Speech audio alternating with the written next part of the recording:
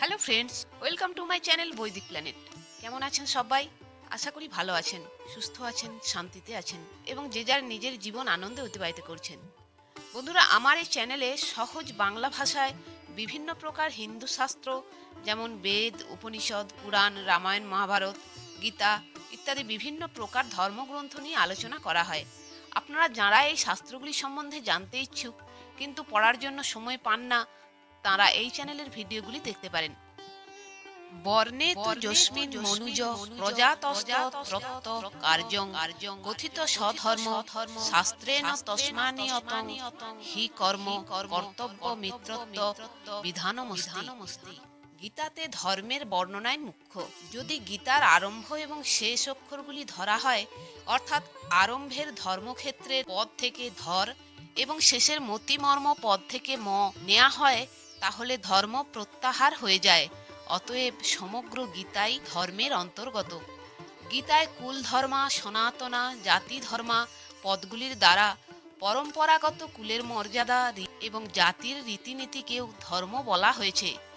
ধর্ম সম্মূঢ় চেতা স্বধর্মম ধর্মাৎ ধর্মম স্বধর্মম স্বধর্ম ইত্যাদি পদ দ্বারা নিজ নিজ বর্ণ অনুসারে শাস্ত্র বিহিত কর্তব্য কর্মকেও ধর্ম অথবা স্বধর্ম বলা হয়েছে। আর ত্রয়ী ধর্মম পদ দ্বারা বৈদিক অনুষ্ঠানকেও ধর্ম বলা হয়েছে। এই সমস্ত ধর্মগুলি কর্তব্য মাত্র মনে করে নিষ্কামভাবে তৎপরতার সঙ্গে পালন করলে পরমাত্মা তত্ত্ব লাভ হয়। যে ব্যক্তি যে বর্ণে জন্মগ্রহণ করে, শাস্ত্রে সেই বর্ণের উপযোগী কর্তব্য কর্ম ইত্যাদি নির্দিষ্ট করা আছে। সেই কর্মই সেই ব্যক্তির স্বধর্ম এবং শাস্ত্র যার জন্য যে কর্ম নিষেধ করেছে তা অন্য বর্ণের ব্যক্তির পক্ষে বিহিত কর্ম হলেও যার ক্ষেত্রে নিষেধ করা হয়েছে তার পক্ষে পরধর্ম। যথাযথভাবে অনুষ্ঠিত পরধর্ম অপেক্ষা স্বল্প গুণসম্পন্ন নিজ ধর্মও শ্রেষ্ঠ। নিজ ধর্ম পালনকালে মৃত্যুমুখে পতিত হলেও তা তার কল্যাণই করে, কিন্তু পরধর্ম আচরণ করলে বিপদকেই ডেকে আনা হয়। বর্ণাশ্রম কর্ম ব্যতি রেখেও পরিস্থিতি অনুযায়ী যে কর্তব্য কর্ম উপস্থিত হয় তা পালন করাও মানুষের স্বধর্ম। যেমন তৎপরতার সঙ্গে অধ্যয়ন করাই বিদ্যার্থীর স্বধর্ম। অধ্যাপকের স্বধর্ম বিদ্যার্থীকে পড়ানো। কোনো গৃহকর্মীর নিজ কাজটি ঠিকমতো করাই তার স্বধর্ম। যে নিজ স্বীকৃতির কর্ম স্বধর্ম নিষ্কামভাবে পালন করে সে পরমাত্মাকে প্রাপ্ত হয়। সম, দম, তপ, ক্ষমা ইত্যাদি ব্রাহ্মণের স্বধর্ম। এছাড়াও অধ্যয়ন এবং অধ্যাপনা, দান গ্রহণ করা ও দান করা ইত্যাদিও ব্রাহ্মণের স্বধর্ম। শৌর্য, তেজ ইত্যাদি ক্ষত্রিয়ের স্বধর্ম। এছাড়া পরিস্থিতি অনুযায়ী প্রাপ্ত কর্তব্য ঠিকমতো পালন করাও ক্ষত্রিয়দের স্বধর্ম। চাষ করা, পশুপালন করা এবং ব্যবসা বাণিজ্য করা বৈশ্যের স্বধর্ম। তাছাড়া পরিস্থিতি অনুযায়ী কোনো কাজ এসে গেলে সুচারুরূপে তা সম্পন্ন করাও বৈশ্যের স্বধর্ম। শূদ্রের স্বধর্ম সকলের সেবা করা। এছাড়া পরিস্থিতি অনুযায়ী প্রাপ্ত অন্যান্য কর্ম করাও শূদ্রের স্বধর্ম। ভগবান কৃপা পরবশ হয়ে অর্জুনের মাধ্যমে সমস্ত মানবজাতি এক বিশেষ বার্তা জ্ঞাপন করেছেন যে, তুমি সমস্ত ধর্মের আশ্রয় ত্যাগ করে শুধু আমার শরণাগত হও, তাহলে আমি তোমাকে সমস্ত পাপ থেকে মুক্ত করে দেব। তুমি চিন্তা করো না। এর তাৎপর্য এই যে, নিজ নিজ বর্ণ ও আশ্রমে মর্যাদার সঙ্গে থাকবার জন্য, নিজ নিজ কর্তব্য পালন করবার জন্য উপরিউক্ত সকল ধর্মের পালন করা অত্যন্ত আবশ্যক। জগৎ সংসার চক্রের সুষ্ঠুভাবে সঞ্চালনের দৃষ্টিতেও এটি পালন করা অবশ্য কর্তব্য। কিন্তু একেই আশ্রয় করে থাকা উচিত নয়।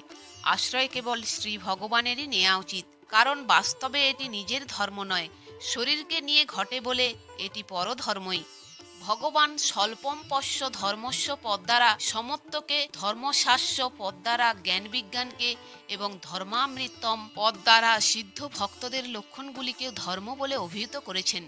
ধর্ম বলার তাৎপর্য এই যে, পরমাত্মার স্বরূপ হওয়ায় সমতা সকল প্রাণীরই স্বধর্ম।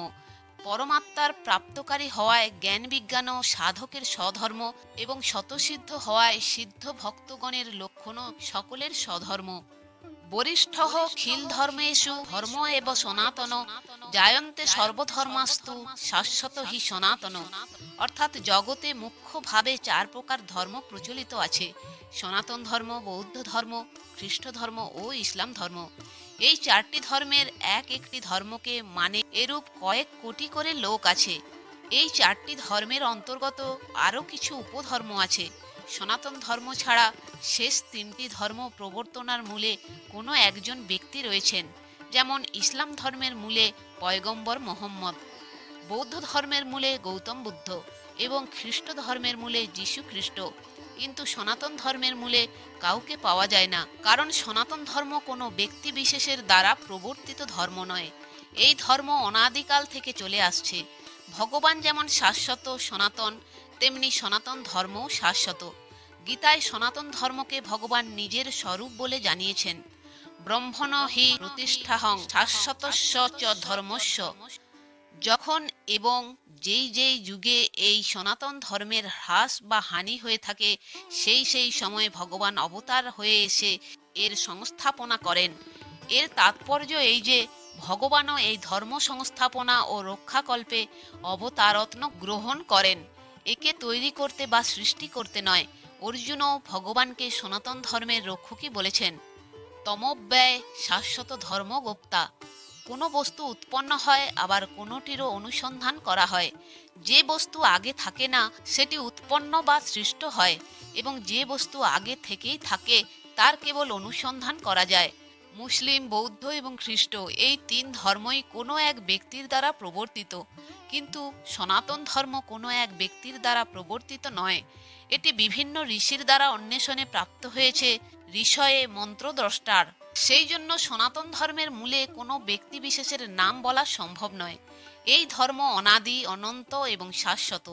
অন্য সব ধর্ম তথা মত মতান্তর এই সনাতন ধর্ম থেকে উদ্ভূত। এই জন্য এই সকল ধর্মে মানবের কল্যাণের জন্য যেসব সাধনের কথা আছে তা সব সময় সনাতন ধর্ম থেকেই নেয়া বলে মানতে হবে। অতএব ওই সকল ধর্মে বর্ণিত অনুষ্ঠানাদি নিষ্কামভাবে কর্তব্য মনে করে পালন করলে উদ্ধারে কোনো সন্দেহ থাকে না।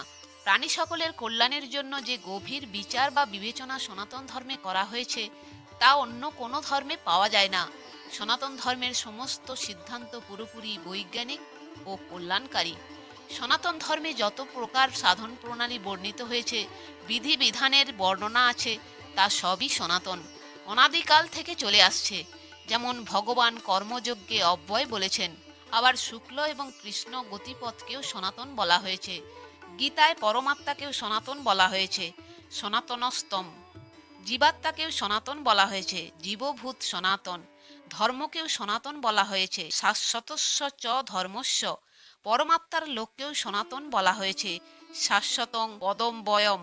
এর তাৎপর্য এই যে সনাতন ধর্মে সমস্ত কিছুই সনাতন, অনাদিকাল থেকে বহমান।